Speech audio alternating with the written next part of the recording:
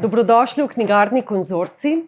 Danes gostimo Aljošo Bagola. Dobrodošel pri nas. Aljoša je eden najbolj poznanih in največkrat nagrajenih oglaševalskih kreativnih direktorjev pri nas. Verjetno zato, ker je odličen pripovedovalec zgodb, pa tudi zato, ker pozna človeško naravo. Če ne bi poznal človeka, verjetno ne bi mogel delati teh oglaševalskih kampanj, ki jih pravzaprav vsi poznamo, samo nisi pod vsako podpisan, da bi vedeli, da si jih ti delal, recimo, ne.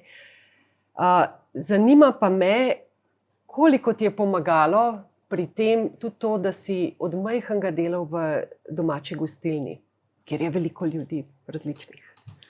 Ja, to okolje je zagotovo koristno za to, da se naučiš prisluhniti ljudem. Dober natakar mora biti pripovedovalec zgodb, dober poslušalec in tudi prodajati mora znati. No? In pravzaprav so zgodbe še vedno neka osrednja valuta za pridobivanje pozornosti ali naklonjenosti. V končni fazi tudi tiste, ki nam zagotovijo nek smisel v življenju. In potem, ko pač si soočen z zgodbami ljudi, ko si jih toliko slišal, ko si pravzaprav izpostavljen temu nenehnemu javnemu življenju že od malih nog, se to nekako utke v to, kar si, na tvoj pogled na svet, in zgodbe pravzaprav postanejo del tebe. Ja, jaz te poznam zelo tako kot enega takega pozitivnega, svetlega človeka. In prva knjiga, ki si jo je napisal, je Kako izgoreti. In to zaradi svoje lastne izgorelosti. Povej mi, kako si lahko ti tlakoval pot v izgorelost? Aha, v izgorelost. Tako. Dobro. Mislim, da je pravzaprav življenje zanimivo zato, ker te za vsakim vogalom čaka nek izziv, izkušnja, pravzaprav preizkušnja, in z kombinacijo pravzaprav tega, kar postaneš kot otrok svojih staršev, kot produkt nekega okolja, da si tu res tlakuješ pravzaprav pot v določeno izkušnjo in preizkušnjo. Ne? In zato pravim, da so pravzaprav preizkušnje zgolj predizkušnje. Ne? In izgorelost je pravzaprav bila silovita preizkušnja za to, da vidim pravzaprav, kaj zmorem. Prej sem vedel, kaj vse zmorem, kako dobivati nagrade po tekočem traku, kako biti uspešen pravzaprav po naročilu in to vsak dan večkrat. Izgorelost je pa pravzaprav bila neka okoliščina, ki je pomagala, da se pravzaprav iz mene izlušči neko ključno bistvo, se pravi, da se spoznam kot človek, da vidim, kje so moje meje, kje so pravzaprav tudi rezerve za to, da v življenju nisi nenehno na razpolago, da se ne čutiš več dolžen polagati računov na vsakem koraku, da se ne čutiš več pozvan, da dokazuješ svojo vrednost. In to je pravzaprav bila kombinacija nečesa, kar nisem prej sploh zavestno obravnaval, to je, se pravi, te zagnanosti, predanosti delu, garaštva, uspeha z upehanjem, kar pač je značilno za našo družino, mogoče celo za naš narod. In pomeni, da za pač občutek dosežka moraš iz sebe iztisniti zadnjo kapljo krvi, znoja in zadnje atome energije. In pridruženo temu je seveda tudi, ne vem, delovanje sodobnega sveta, v katerega je v vsak trenutek tvojega dne všteta zahteva po storilnosti, po učinkovitosti in po tej maksimi sodobnega sveta, ki je več. Ne? In zato pravzaprav ni bilo nenavadno, da se mi je to zgodilo. Ko gledam za nazaj in vem, da se je to zgodilo moji mami pri 25, je seveda vzročno posledično precej jasno, da neki nepredelani vzorci, neke travmatične izkušnje, ki se pravzaprav v družini ne razrešijo, potujejo normalno naprej in čakajo na naslednji medij, v katerega se bodo naselile in bo se moral pravzaprav s tem dajati. Ne. Se pravi, to ni dedno, ampak je v bistvu vzorčeno. Ja, sej, tudi vzorci so dedni pravzaprav v tem smislu, ne, podedovani. Tako. In v tem pogledu nas pravzaprav v avtomatizmih, katerih se poslužujemo pri svojem delovanju, ravnanju, v svojem življenju, neobhodno čaka neko soočenje z tem, kar je pravzaprav nerazrešeno. To je zdaj že precej oddaljen pogled na situacijo, tudi precej globok v smislu te, ne vem, psihološke vertikale, po kateri grem globje in globje, da vidim pravzaprav, kako smo narejeni, kaj vse nas definira, kaj vse nam določa naše delovanje. In zato je pravzaprav to soočenje z bolečino, trpljenjem, z spodletelostjo, kot pravzaprav bi lahko to kdo imenoval. In sem tudi sam na svojo izgorelost tako na začetku gledal, pravzaprav tisto, ki nas potem pripelje do nekega stika z resničnim sabom. Je pa mnogo lažje gledati zdaj za nazaj, da je bilo, imaš občutek, da je bilo vse, da si bil sposoben, ampak takrat, ko si pa bil izgorel, verjetno si imel občutek, da ne boš mogel venjati iz te teme, ali si videl?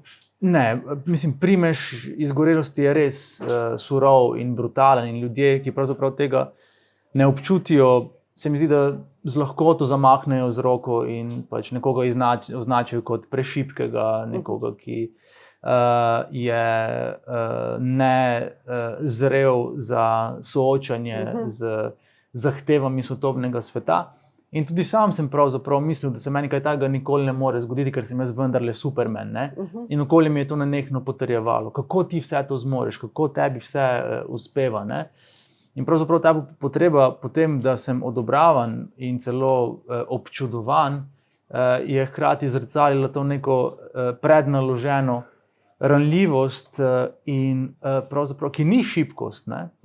Ampak je zamaskirana v to potrebo, da se ukvarjaš z tem, da svetu sporočiš, da si najboljši, ker se šele tako počutiš komaj dovolj dober, zato da pravzaprav si.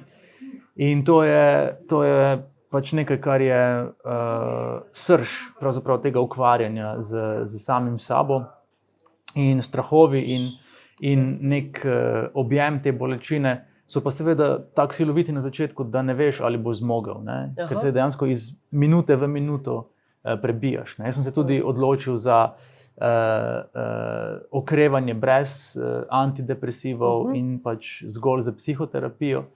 In psihiatrinja mi je rekla, no, sej ti si močan kot bik, ne?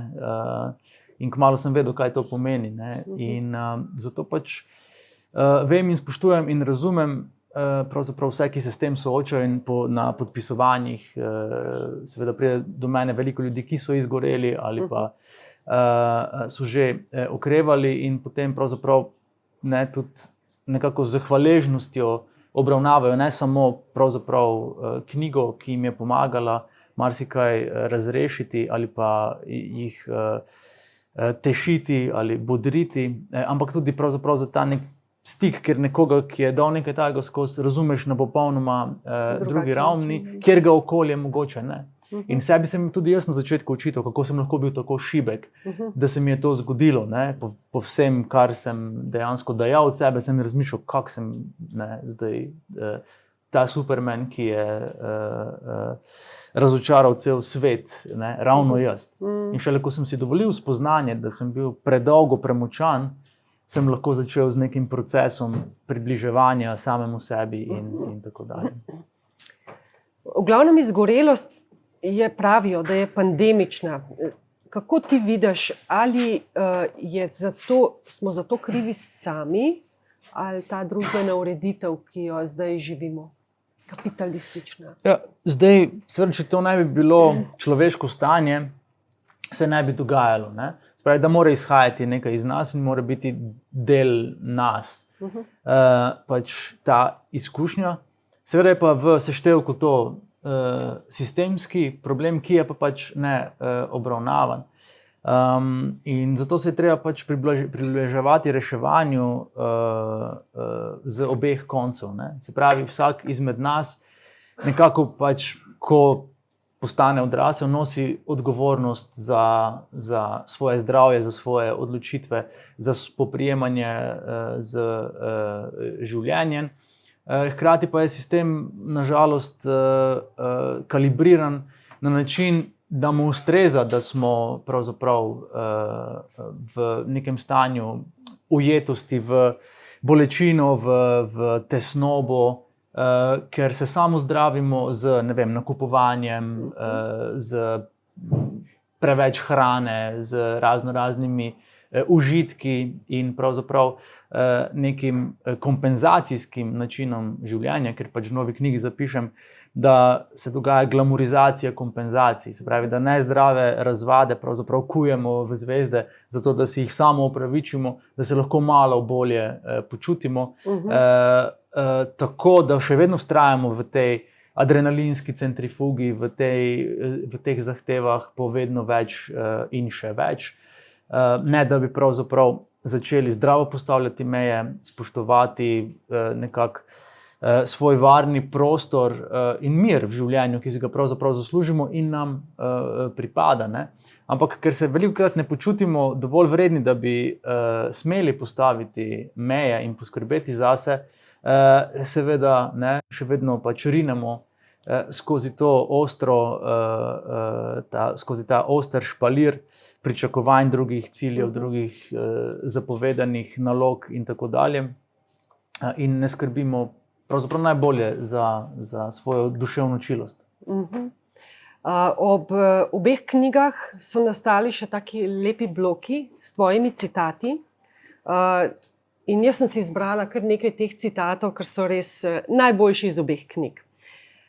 Pa boš mogoče tudi pokomentiral malo tole. Po noči bedimo, ker po dnevi uresničujemo sanje drugih. Tukaj imamo več problemov. Eno so problemi s spanjem v času izgorelosti, drugo pa pravzaprav ta kapitalizem, ki smo ga zdaj omenjala. Ne? Ja, ta misel je zelo neprizanesljiva in kategorična. Ne vem, ko smo mladi, ne spimo zaradi drugih razlogov, ker se imamo v postelji še drugače fajn. Dobro, se tudi kasneje, ampak ne več tako pogosto. In to sem pravzaprav zapisal kot eno izmed priporočil, da ljudje razčistimo z svojimi pričakovanji. Ne? Zato, ker zelo dolgo v odraslo življenje živimo po pričakovanjih drugih, brez da bi se tega zavedali. Ne vem, marsikdo opravlja poklic, ki so jim ga izbrali njihovi starši, marsikdo živi po neposrednem nareku svojega partnerja in tako dalje.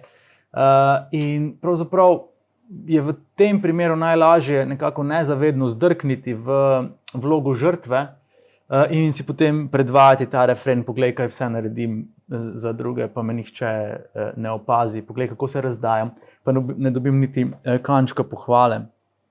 In to je seveda nezrelo. Ne? In dokler smo nezreli, ne, smo tako kot sadeži, ne, se držimo kislo. In zato pač moramo začeti sprejemati svoje odločitve, delati svoje izbire, ker samo tako se pravzaprav lahko obnašamo odraslo. Ne? Če ne smo zgolj otrok v odraslem telesu, ki še vedno dobiva navodila od nekoga drugega in ne samo, da jih dobiva, tudi pričakuje jih. Ne?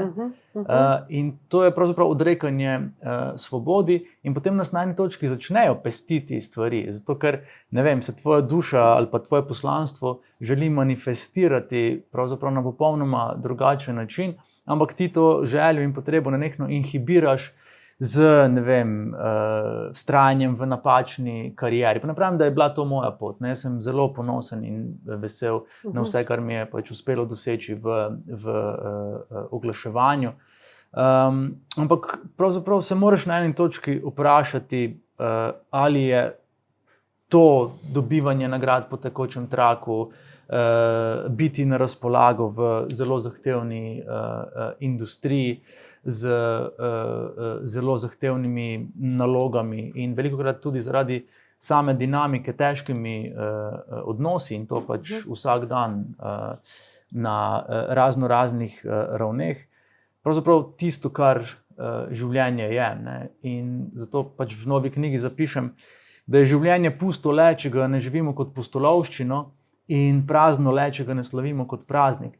Pravzaprav z spreminjanjem optike ali pa z zamenjavo vizirja, ne, in tudi teh plašnic, ki si jih natakneš ali z vzgojo ali z okoljem ali spet z vzorci, ki so podedovani, prideš do veliko bolj izpolnjujočega početja, kot je pravzaprav se ti kadarkoli zdelo, da bi to bil na račun tega glamuroznega tebe, spektakularnega tebe in tako dalje. V knjigi Srečo prosim se spomnim ene stvari, to je že knjiga o sreči, kako smo zdaj že izgorelost premagali, ne? Kako smo postali odrasli, kot ti rečeš. In pišeš v nekem poglavju tudi o naših sencah, ki je prav, da si jih zavedamo. Če bi mogoče še to malo o teh naših sencah nam razložil. Zdaj v bistvu druga knjiga je nadaljevanje prve knjige, tudi organsko, tudi v smislu moje psihične preobrazbe in tudi poteka psihoterapije, ki sem se je poslužil kot pravzaprav osrednje sredstvo mojega okrevanja, poleg seveda avtoterapevtskega pisanja.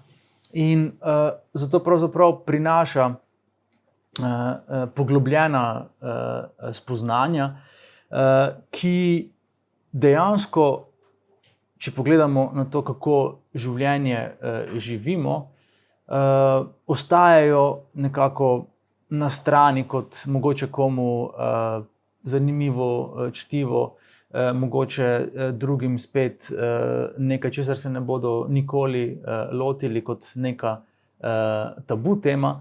Jaz sem pa prav v tej iskrenosti in zvestobi do sebe in do svoje bolečine rinil, ne, kot trmasti oven skozi vso to, kot zapišem, govno, ne, da pač pridem stvarem do dna. Ne. To je v moji pravzaprav naravi. In kot zapišem, je dno vedno bedno, ne, ampak pravzaprav imamo šele takrat po dolgem času spet priložnost, da pod nogami začutimo trdna tla in se odrinemo na površje. Ampak tudi sapo lahko držim zelo dolgo, zato sem res vztrajno rinil proti dnu in se s tem ukvarjal. In ena izmed zanimivih ugotovitev je pravzaprav bila ta moč sence v našem nezavednem, ki je pravzaprav jungovski koncept in se stoji iz pravzaprav nekih prepovedanih vsebin iz našega otroštva, iz naše vzgoje, in temu je seveda pač pridružen cel koncept nezavednega, vsi prednaloženi arhetipi, se pravi, kjer smo tako kot svetovni splet in vsi računalniki v njem, tudi ljudje v kolektivnem nezavednem povezani z svojimi spomini, svojimi izkušnjami in tudi pravzaprav z spomini in izkušnjami vseh, ki so doslej živeli.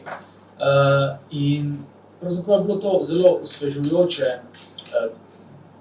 delovanje, ko sem se pač z tem ukvarjal. Se, ne vem, tudi ob psihoterapiji ali pa ob tem, da se počutiš za 50% bolje, po tebi še vedno gomazi ogromno neke slabe volje, jeze, neke toksičnosti pravzaprav, ki se želi razrešiti na nek način.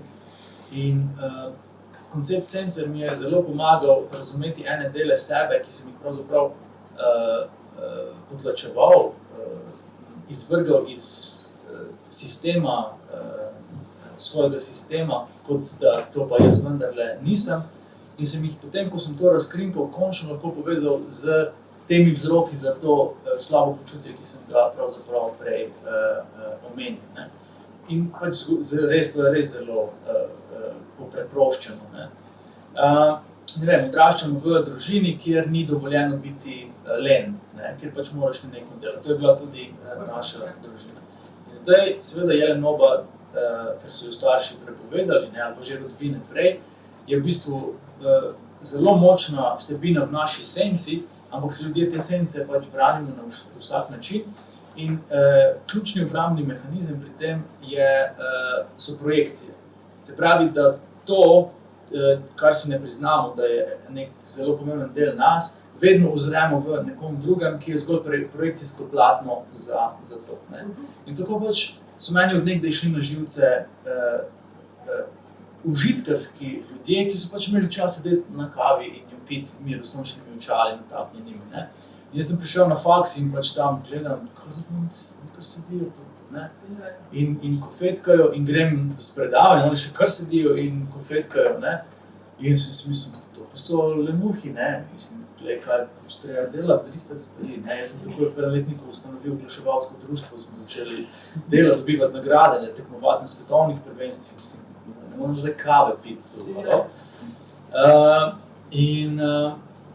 Potem sem pravzaprav, ko sem se ukvarjal z tem, kako sem pač prepoznal, kako je to prepovedanje esence, kako jaz to projiciram, začel to zdravo priključevati. Ne? In zdravo priključevanje pravzaprav pomeni, da si dovoliš imeti čas zase, da si dovoliš, potem, ko si dosegal, ne vem, uspehe, pa zdaj spet ne zdaj, da bi si moral prizadevati vse nagrade pobrati, ampak ko imaš občutek, da si danes pa že nekaj oddelal in ima zdaj čas zase, da si to zdravo dovoliš. In se pač ležeš na kavč in rečeš, zdaj bom ležal na kavč in bom gledal v luft ali pa si bom skuval kavo ali karkoli že. Ne delal. Ne?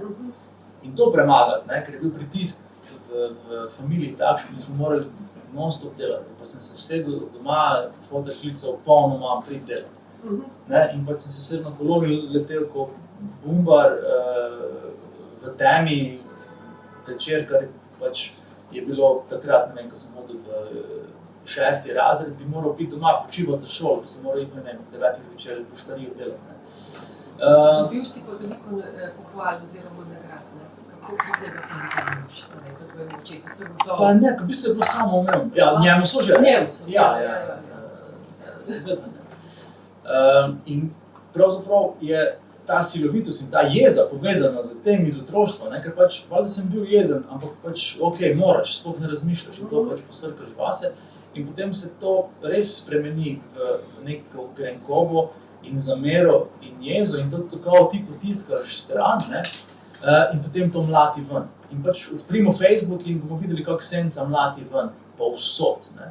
In ljudje pravzaprav smo drugim samo projekcijsko platno za obmetavanje z najhujšimi, najbolj surovimi vsebinami. Ne?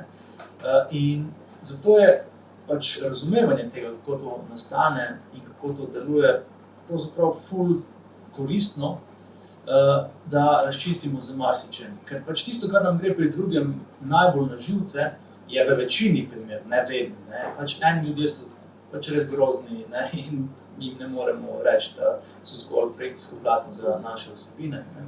Da je pa večinoma pa je tako, da je tisto, kar nam gre pri drugih najbolj na živce, nek del nas, ki si ga ne dovolimo na nek zdrav, spoštljiv pravzaprav način. Isto je bilo pri nas z denarjem, recimo. Starša sta začela za točka nič, oba prihajata iz kmečkih družin, ki so pač vedno garale.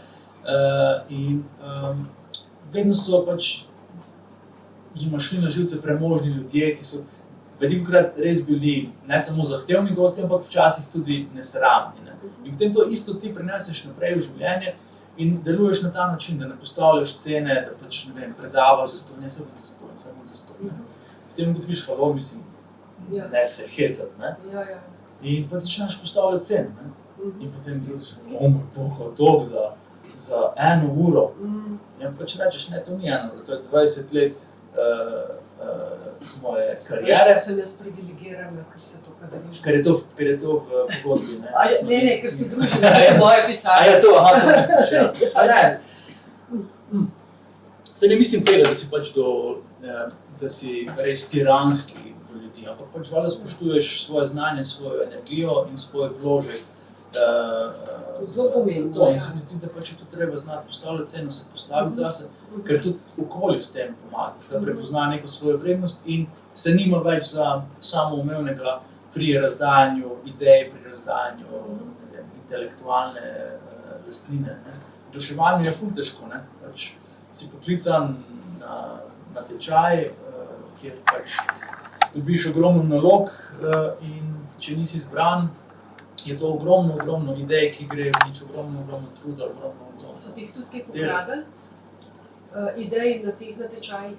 Samo enkrat se je zgodilo, da je eno mednarodno podjetje uporabilo idejo, ki so jo zavrnili na tečaju, in je ena mlada študentka, v bistvu asistentka, to opazila, da smo bolj morali plačati. Si postavil ceno? Mislim, pač to je bilo v podjetju, da so se drugi bolj s tem ukvarjali, ampak ja, pol gre za ta, ko si del sistema, spet to skrb prepuščaš nekomu drugemu, ne, ki določa cenike, ki določa cene svetovalnih ur in tako dalje. In pol moraš vedno pravzaprav nekako stopati po tej lestvici in moraš malo začeti sitnariti, ne. Jaz pač tega nisem nikoli upal, ne. Ampak se človek nauči tudi tega, ne? Tako, in to je prav. Zdaj pa, če greva samo na naslov Srečo, prosim, si rekel tako. Ni treba pogledati daleč, da bi v življenju videli srečo. Treba pa je pogledati drugače. Kako? Pravzaprav še ena stvar, kaj sploh je sreča? Kako naj pogledam drugače, kaj je sreča zate? Ja, pravzaprav se je za srečo ukvarjalo že toliko pametnih ljudi, da se je zdelo, da zdaj še nekdanji oglaševalec ne bi rabil v to riniti, ne. Ampak je pravim, šlo pravzaprav za nek zelo osebni manever, kjer so ljudje po, ne vem, izjemnem uspehu mojega prvenca, ne vem, ki je takoj postal najbolje prodajana knjiga leta 2020 v Sloveniji, in včeraj so mi javili, da bo 6. ponatisnjena. Mislili, da evo, ne, jaz sem se zrihtal, ne, rabil sem 1 leto, izgorelost je mimo, Aljoša spet niza uspehe in vse je v redu. V resnici pa še zdaleč ni bilo tako. In predvsem sem stikal za to srečo, radostjo, vedrostjo, ki ti jo izgorelost pravzaprav osiromaši, oziroma ne osiromaši, jo prav izropa, no, iz tvojega življenja. Za povrh pa zagotovo živimo v časih, kjer si jo zapovemo kot še eno izmed opravil in jo nenehno dokazujemo pravzaprav z svojimi dosežki, se upodabljamo srečni, v resnici je pa tu ne čutimo, no. In zato pravim, da je treba pogledati z drugačnimi očmi, saj so naše oči programirane, da jo vidijo skozi ključne zapovedi, ne. Pač stremljenje k uspehu je lahko čisto fajn in izpolnjujoče, ne? Ampak danes je pravzaprav to priklopljeno na steroide in dejansko ne zmoreš več se obnavljati potem, ko dosegaš neke vrhove. Potem pravzaprav se zdi zapovedano, da obstaja zgolj ena oblika sreče, da vse to dosežeš tudi finančno, in zato pravzaprav delamo napako tudi, da denarje ne obravnavamo kot posledice uresničevanja svojega talenta in poslanstva, ampak pravzaprav kot cilj, ne? In potem si v seštevku teh zveličanih uspehov in recimo temu ne samo materialne preskrbljenosti, ampak nekega zelo visokega nadstandarda lahko srečen, ne? In ko si srečo postavimo kot tak zelo oddaljen in zelo nedosegljiv cilj, se seveda popolnoma oropamo možnosti za izpolnjeno življenje, ne? Če se pa pravzaprav zazremo in si dovolimo za hip odložiti vse te zapovedi in navodila in tudi malo utišati svoj ego, pravzaprav vidimo to neko blagoslovljenost za srečo znotraj vsakega dne, ne? In to je pravzaprav nekaj, kar je ta sprememba pogleda, saj pač v knjigi zelo lepo zapišem, kaj vse pomenijo oči posebnih moči, to imenujem, ne? In se pravzaprav vsak pol prepozna v tem, ker se spomni, da je seveda to zelo jasno, preprosto in hkrati tudi v končni fazi edina resnična oblika zadovoljitve v življenju, ne? Ker kaj pač, ne vem, na mojem nagrobniku bo pisalo, kaj je kreativni direktor desetletja. Ja, ne, nočem, da je pravzaprav Ja, to, seveda. ali pa ne vem. Ja. In ko se vprašamo, ne, kaj je pravzaprav cilj, kaj je na koncu zapuščina, ki jo imamo, hitro pridemo do pravzaprav te ugotovitve, ki sem jo zapisal v prvi knjigi, ne, da pa mogoče ni smisel življenja v tem, kaj pustimo za sabo, ampak pravzaprav v tem, kaj življenje pusti v nas. In ko pogledamo na ta način, ne, da se lahko dejansko dovolimo napolniti z izkušnjami, da vidimo, iz kakšnega testa smo, ne, ker življenje nam te teste nekako vedno predoči, pravzaprav tisto, kar nas potem tudi v pričakovanju konca naredi vedre, razposajene, pustolovske in zato srečne. Povej mi, po tistem, kako bi rekla, po tisti mlaki izgorelosti, ko si prišel ven in že pisal srečo, zanima me, koliko si ti osebno zamenjal prijateljev. Ali je bila to neka taka ločnica, ko si mogoče nekateri so odšli, drugi so pa prišli? Ker to mislim, da se dogaja v takih primerih. Meni vedno teži, da imam premalo prijateljev. Ne? In pač meni se pa zdi, da ne. Preštejem jih lahko na prste ene roke in pravzaprav kakšnih ne vidim tudi po več let. In se srečamo in smo še vedno prijatelji. In zato je pravzaprav ta zen magnetizem, ki ga omenjam v prvi knjigi, nekaj, kar nam pokaže tudi, na kakšni stopnji življenja, razmišljanja tudi smo. Ker ko smo pravzaprav, ne vem, zagrenjeni, očitajoči, negativni, bomo točno takšne ljudi srečali na cesti, točno takšne prijatelje bomo imeli. In ko pravzaprav se odločimo ravnati s sabo bolje, mogoče izginejo iz našega življenja neki vampirski ljudje, ki so se nam zdeli prijatelji, ampak so nam na pladnju vedno stregli z stvarmi, ki so nas pravzaprav izčrpavale. Pogovori so se vrteli okoli stvari, ki pravzaprav so bili njihov kanon futer za neko lastno nerazčiščenost. Mogoče tudi v poslovnih odnosih pol naletiš na pravzaprav neke izkušnje, ki ti nastavijo ogledalo za to, kako pravzaprav si ti v tem trenutku kalibriran in kako se to odraža v zunanjem svetu. Zato zapišem, da je raj znotraj.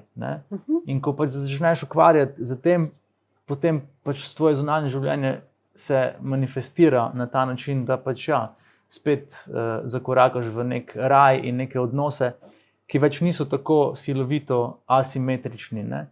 In danes to dovolimo marsikomu, danes se čutimo dolžni biti na razpolago, zato ker je pač prepričanje, da ne vem, če imaš en neodgovorjen mail ali pa en neodgovorjen klic, da si neodgovoren. In živeti z tem pritiskom pomeni biti na razpolago za pravzaprav vsakogar, ker če nisi, si pravzaprav ožigosan kot neotesan, kot neposloven, kot Neprofesionalen. Ja, in v bistvu, ko začneš postavljati meje ali pa se tudi zahvališ, Bog ne daj, da se opravičiš.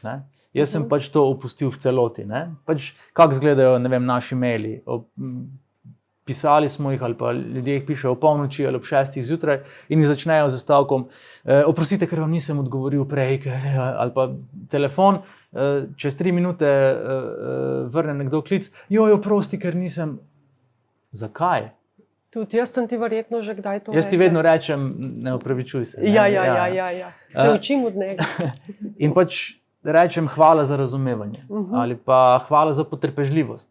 Če pač na mail ne odgovorim 6 ali 7 dni ali tudi včasih še več, ker imam pač gnečo in ne utegnem. Ali pa imam gnečo, pa pol si rečem, zdaj pa ne bom odgovarjal na mail, ker zdaj čas zame.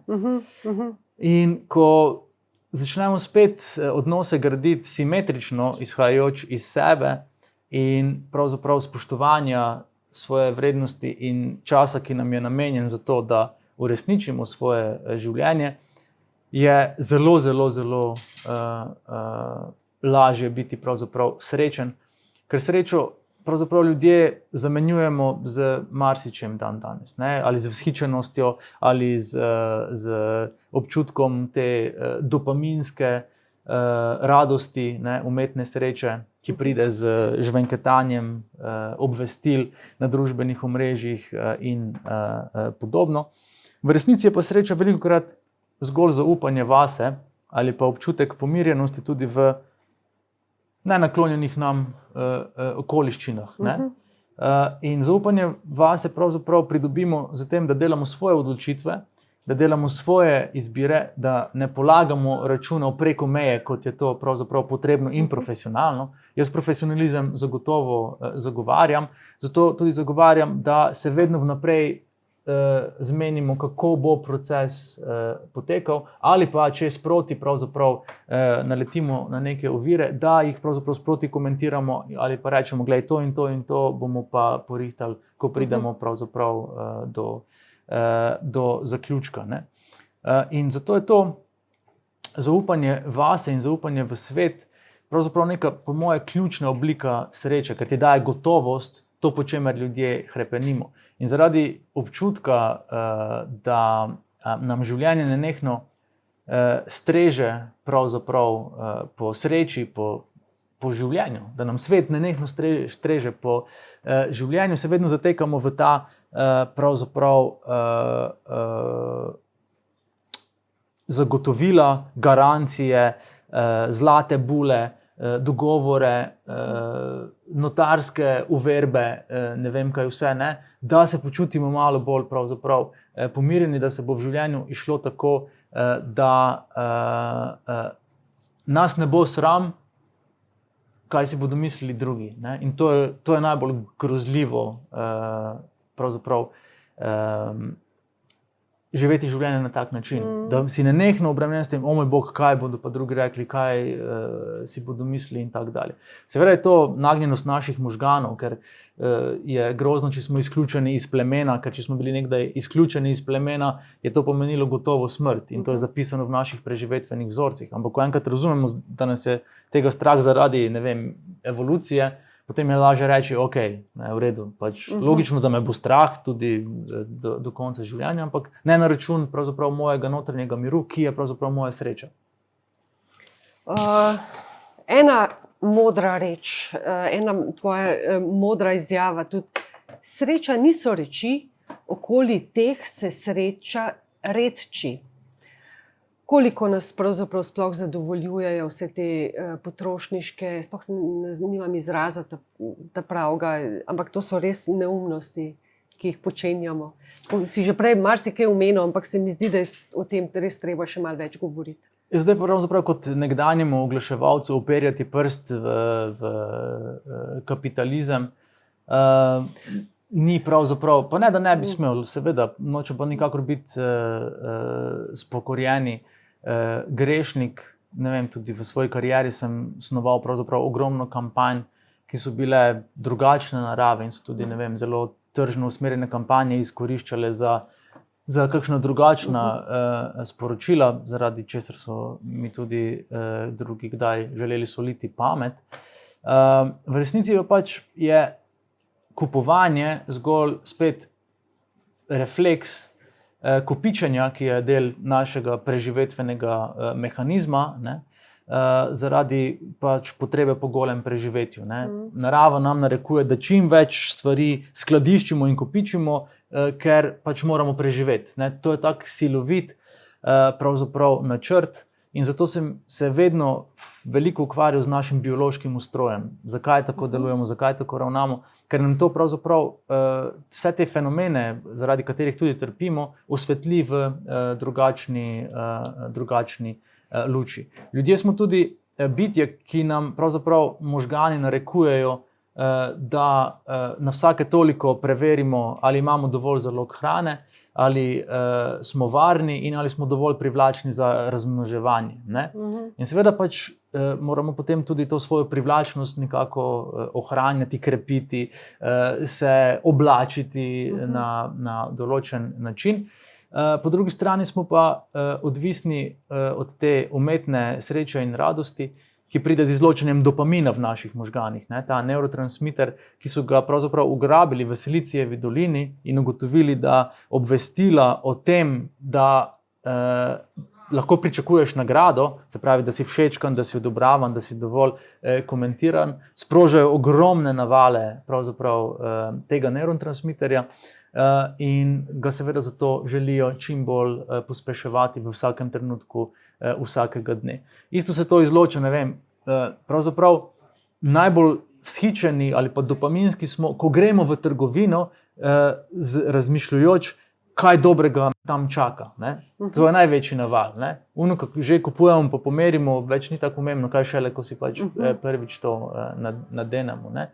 In to so pravzaprav vse taktike in strategije, ki so uporabljene za to, da pač pospešujemo kupovanje, da pospešujemo pravzaprav to kopičenje, kateremu smo nagnjeni. Ne? Zato je tudi, ne vem, refleks sesanja tako močen, ne? Ker pač otrok želi preživeti in bo naredil vse, da se to zgodi. Ne? In zdaj se to manifestira na ta način, da se obdajamo z ogromno stvarmi, ki se jih hitro naveličamo in jih pravzaprav zavržemo. In to samo zato, ker lahko. Ne? In nažalost gremo vedno dlje pri tem. Ne? Vedno več je korporacij, ki za 5 evrov omogočajo ne vem kakšne celotne stylinge in mladi si dan danes samo za vikend kupijo po 20 pravzaprav kosov oblačil, ki jih na to zavržejo. Ne? Tako da ne znamo se brzdati, ne znamo se krotiti in ravno to brzdanje ali pa krotenje ali pa ta zavestna ročna zavora je zelo pomemben korak k naši sreči. Ne? Mene tudi pograbi, zdaj bi si pa nekaj kupil novega. In pol grem, ne vem, na aplikacijo, pa si ful nekih 20 minut cot naberem, pa dam v košarico, pol pa pač ne grem nazaj. Ne? Pač zadovoljil sem prvi dopaminski. Ne? Pač tako moramo znati prelisičiti te tehnologije. Ne? Zato, ker res delajo vse, da bi bili non-stop gor, da bi non-stop zrli pravzaprav v to neskončnost. Kaj mi je zanimivo? Da mi to delamo kljub temu, da čisto si z mladimi vred vemo, da za ceno 5 evrov, kot si rekel, za neko obleko, nekdo trpi na drugem koncu sveta, ker jo je moral tako rekoč zastonj delati, in pa da svoj svet, pa spet na drugem koncu sveta, ubijamo življenje, ubijamo svojo zemljo s tem. Ampak tega se mladi zavedajo, ampak še vedno jih boš videl, ko grejo po veliko vrečo teh oblačil, ki so v resnici smeti.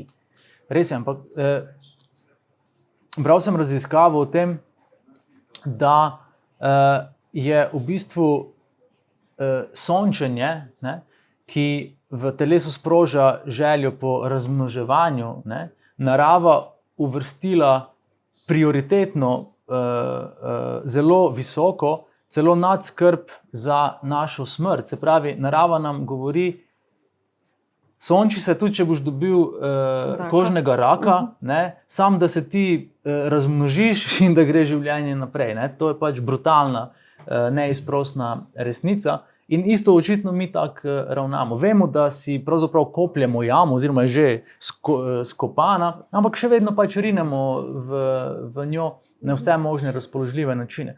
In zato se je treba naučiti pravzaprav te neke eskivaže, pretentanja tega, kako smo narejeni kot ljudje.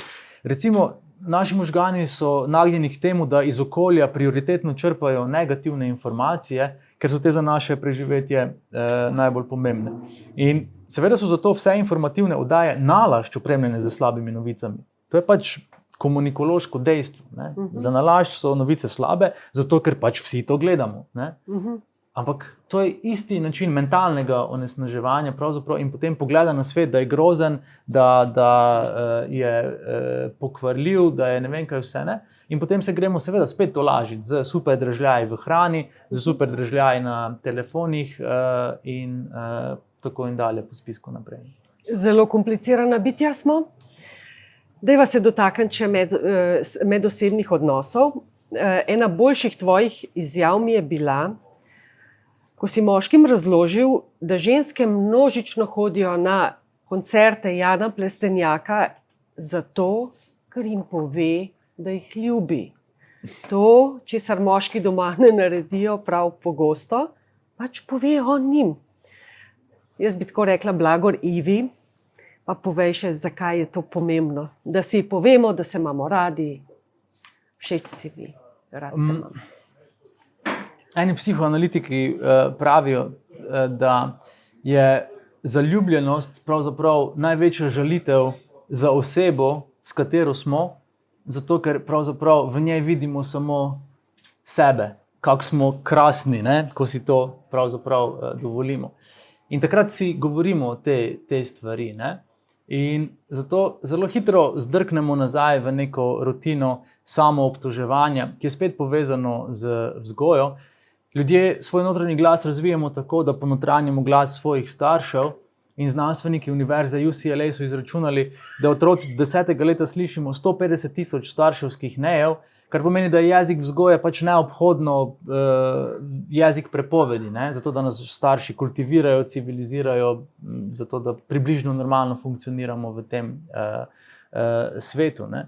In tako smo po čist teh avtomatizmih do sebe zelo strogi, zelo srepi, zelo neizprostni. Ne? In pač te faze biokemičnih dogodkov v naših možganih, ko smo zaljubljeni, nas pravzaprav soočijo z tem, kaj pa smo kot, ne vem, bitja, ki imamo to lepoto, ta potencial in jo drugi pravzaprav naslavlja. In zato nam je takrat pravzaprav lažje to povedati in spregovoriti. Ampak to ni edini vidik pravzaprav te naše molčečnosti. Tudi skozi zgodovino smo morali biti pridni, tihi, ubogljivi in narediti to, kar so nam drugi rekli. In ta zgodovinska travma se izraža tudi skozi našo nezmožnost komuniciranja. Ne? In to lahko zvedemo tudi na, ne vem, stil oblačenja, ne? Ker pač smo velikokrat zelo zadržani, ker ne upamo o sebi spregovoriti, preden sploh še odpremo svoje usta, to je z obleko ali pa z pač nekim stilom. Ne? In zato je ta naša ohromljenost, te prečno progaste muskulature, ki je jezik, ne, tudi zelo škodljiva v naših odnosih.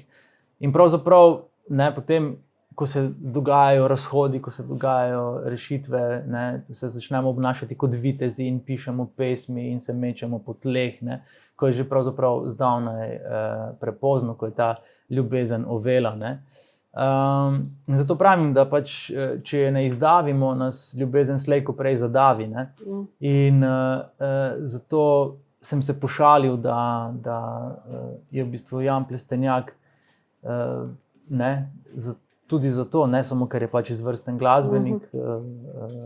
Mislim, da je bilo tudi njemu všeč to. Priljubljen. Ja. Ampak, ker si rekel, da je Iva srečna, jaz sem v bistvu ta, ne, ki zelo težko izkašlja ali pa je. Ne? In je to pač povezano z mojim otroštvom, z tem občutkom zgodnje zapuščenosti. Starša sta morala nenehno delati, poleg tega se je še, kot mi je mama razlagala, zdaj, ko raziskujem te neke družinske travme, ki so se dogajale v celi rodbini, povedala pač, kakšna huda situacija se je zgodila ob mojem rojstvu in kako pač ni mogla biti 100% miselno pri meni zgolj, ne? Kako se pravzaprav to odraža v tej neki trajni pravzaprav zameri. In mislim, da smo priča hujši deformaciji, kjer pravzaprav spet glorificiramo to neko zapuščino travme in to je bil zdaj razvpit proces med Johnnyjem Deppom in Amber Heard, ne? Ker mi je pač res grozno, ne? Kako so se stvari odvile, kako se je pravzaprav svet ukvarjal z zelo, zelo napačnimi in vnovčljivimi stvarmi, namesto da bi se pravzaprav iskreno pogovarjali o tem, kaj daje naše odnose. Ne? Recimo, Johnny Depp že od nekdaj govori, da je njegova mama najbolj zlobna oseba na svetu, ki ga je nenehno pretepala, je bila alkoholičarka, jih je preseljevala po državi in ne vem kaj vse. Ne? In potem je seveda logično, da tak otrok ne more imeti čisto zdravega odnosa do žensk. Ne? Tudi pač, ne, it takes two to tango, jaz ne vem, kakšna je Amber Heard, ne? Ampak pravzaprav ne delam več domnev ali pa ne pripisujem nekih lastnosti ljudem, kar tako a priori, kot je to dandanes mogoče na vsakem koraku, ker se vsak pridruži v to globalno razpravo za neko svojo omnenjenostjo, ampak je v resnici omejenost, no? Na ta način. In tu se mi zdi, da imamo vsi to težavo z tem, kako so naše mame zmogle biti prisotne, kako so zmogle pravzaprav biti ljubeče v vsakem trenutku, kako so bile obremenjene z težo življenja in z težo zapuščin, ki jih niso mogle razreševati, ker ni bilo, ne vem, na voljo psiholoških orodij, kjer pač si lahko šel, ne vem, v cerkev na spoved, in je bilo to. In pravzaprav, ko grem spet globoko v to, ne, seveda pridem točno do tega odnosa, ki me je tako dolgo pravzaprav obremenjeval z tem, zakaj za vraga sem in vem, kako sem jezen zaradi tega. In pravzaprav si ljudje ne priznamo te jeze in predvsem moški si ne priznamo te jeze, potem pa seveda to plane ven na najhujše možne načine, ker se ljudje samo zdravijo z alkoholom, z ne vem, ekstremno rekreacijo in če ne poznamo pravzaprav izvora tega, se seveda ne moremo zakrpati, zaceliti in tako dalje. In zato se mi zdi to vračanje nazaj prav k odnosu med tvojima staršema in tvojemu odnosu z njima ključna naloga življenja in potem seveda to odpuščanje, razumevanje. Meni je terapevtka takoj rekla, pričakujte, da boste jezni na svoje starše, ne? Zelo hitro. Ne? In potem se začne pravzaprav ta nek konflikt in neka možnost razpucavanja, razčiščevanja pravzaprav. Ne? Razpucavanje je pa tudi, oziroma prepucavanje, ne? Če povem malo bolj drugače. In tako sem ful dolgo živel v oklepu, pravzaprav v tej samozaščiti, ker si nisem dovolil biti poškodovan. Tega nisem zavedal. Jaz sem pač mislil, da sem cool in ne vem kaj. Ne, ker pač so bile punce tako ful zaljubljene, jaz sem bil indiferenten. V resnici sem bil pohabljen. Za zaključek bi te vprašala, 3. knjiga sledi kdaj? Zdaj v bistvu je več načrtov. Letos bo zagotovo išla knjiga z zbranimi citati iz obeh dosedanjih knjig v takem darilnem formatu. Za 3. knjigo se pa še nisem odločil, ali bodo to pesmi ali pa pač nadaljevanje, kakorkoli že recimo temu rečemo, dosedanje poti mojega raziskovanja. Seveda so tudi pesmi del tega, ampak ne obremenjujem se pravzaprav več. Obema knjigama gre odlično. Kot pravim, je prva doživela 6. ponatis, druga tudi že je ponatisnjena in že v izvirniku je bila natisnjena 3-krat več kot Izgorelost v prvi nakladi. Tako da veliko predavam, veliko imam stika z bralci, predvsem bralkami. No. Se mi zdi, da ste ženske veliko bolj pa ne bi rekel nagnjene k samoohranitvi, ampak mogoče manj podvržene, sploh nimate tega sramu, kot ga imamo moški, ko se je treba ukvarjati z sabo in rasti. Ne? In pred kratkim sem predaval na kongresu IT-ovske industrije, informatikov, kjer pač dela večina moških in potem so na koncu prišli kupovati knjigo in vsi so kupili knjigo za svojo ženo. Ne? To je za mojo ženo, veste, ima to neke take težave, seveda. Tako da, pot je zanimiva, nepričakovana, polna samoodkrivanj in predvsem neke te kolektivne demokratizacije, kot sem rekel na začetku, izkašljevanja, da pravzaprav moramo spregovoriti, da moramo govoriti in pač jaz rad ljudi pošljem v 3P. Ne? In preden začnejo fizično z mano obračunavati, pojasnim, da je nekdaj, ne vem, razočaran, potrt, depresiven član plemena prišel k vraču ali k šamanu in vrač ga je najprej vprašal, ali se dovolj pogovarja, poje in pleše. In pravzaprav je pot do sreče precej preprosta, če si jo pač dovolimo, če se dovolimo spoznati. In zagotovo ne živimo več v varnem zavetju plemenske skupnosti, kjer so bili odnosi zgrajeni na sodelovanju, zaupanju, spoštovanju, ampak živimo v divjem, saturiranem plemenu, polnem individualizma, načetih odnosov in navideznega izpostavljanja svoje edinstvenosti na zaslonih, kar pa počnemo ne zato, da bi res izkoristili svoje talente, ampak zato, da dobimo čim večje odmerke tega dopamina oziroma poceni bencina. Aljoša, najlepša ti hvala, predvsem hvala za vse, kar se tiče sreče, kar si nam dal in res komaj čakam novih knjig.